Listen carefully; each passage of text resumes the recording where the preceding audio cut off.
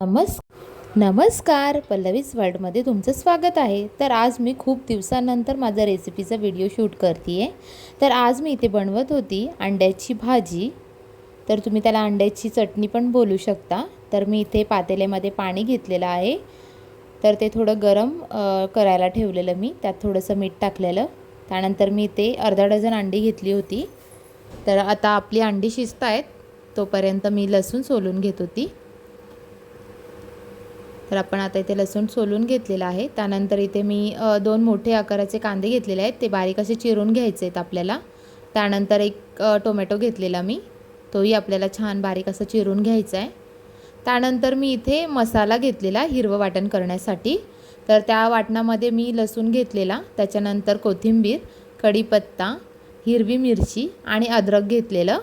माझ्याकडे कोथिंबीर थोडीच होती, त्यामुळे मी थोडीच घेतली आहे। त्यानंतर फोडणीसाठी मी इथे बारीक चिरलेला कांदा, टोमॅटो आणि कढीपत्ता घेतलेला आहे। तर आपल्याला आता वाटण करून घ्यायचं आहे, हिरवं वाटण।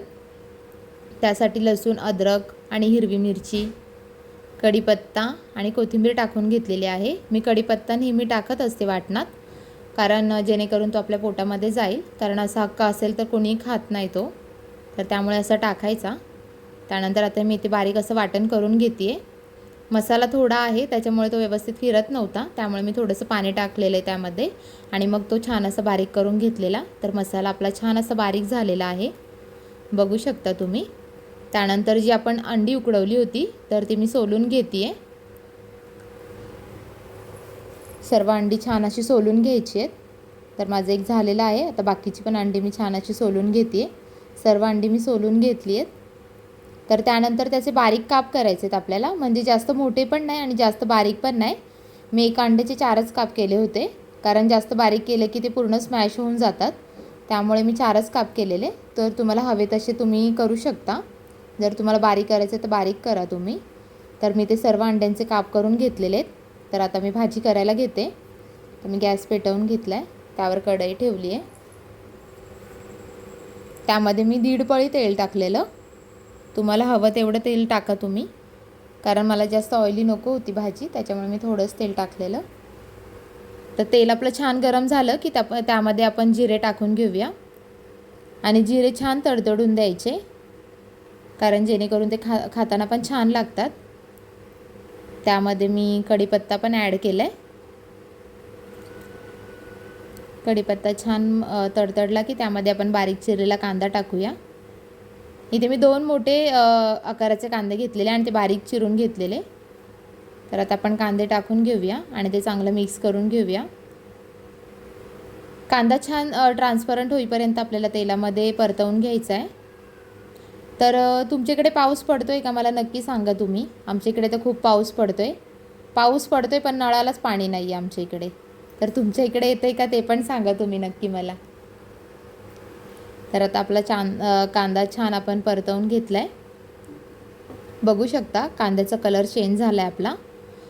तर आता त्यामध्ये आपण बारीक चिरलेला टोमॅटो टाकून घेऊया, आणि तोही छान प्रकारे परतवून घ्यायचा तेलामध्ये। तर तुम्ही कशा प्रकारे अंड्याची चटणी किंवा अंड्याची भाजी बनवता मला नक्कीच कमेंटमध्ये सांगा, आणि माझ्या प्रकारे कोण कोण बनवतं तेही मला कमेंटमध्ये नक्की सांगा। त्यामध्ये मी थोडंसं मीठ ॲड केलं आहे, जेणेकरून आपला कांदा आणि टोमॅटो लवकर गळेल, आणि पुन्हा एकदा छान मिक्स करून घेतलं आहे। कारण आमच्या घरामध्ये टोमॅटो असा मोठा मोठा दाताखाली आले का आवडत नाही, त्यामुळे असं बारीक करून घ्यायचा। त्यानंतर मी थोडीशी हळद टाकलेली त्यामध्ये, आणि पुन्हा एकदा मिक्स करून घेतलेलं। तुम्ही अशा प्रकारे भाजी नक्की एकदा करून बघा, नक्कीच तुम्हाला आवडेल। तर मी त्यामध्ये थोडासा मॅगी मसाला टाकलेला, कारण माझ्याकडे होता। जर तुम्हाला आवडत असेल तर तुम्ही टाका, नाहीतर स्किप केला तरी पण चालेल, काही प्रॉब्लेम नाही। छान प्रकारे मी मसाले वगैरे मिक्स करून घेतलेले, आपल्या मसाल्याला छान तेल सुटलेलं। त्यानंतर जे आपण हिरवं वाटण केलं होतं तर ते ॲड केलेलं आहे मी। छान प्रकारे मिक्स करून घ्यायचं, आणि ते मिक्सरच्या भांड्याला थोडंसं मसाला राहिलेला, त्यामध्ये मी थोडंसं पाणी टाकून घेतलेलं, आणि तेच पाणी आता याच्यामध्ये ॲड केलं आहे, आणि आपल्याला 2 मिनटं झाकण देऊन वाफ काढायची आहे। तर मी आता झाकण ठेवलं आहे त्याच्यावरती।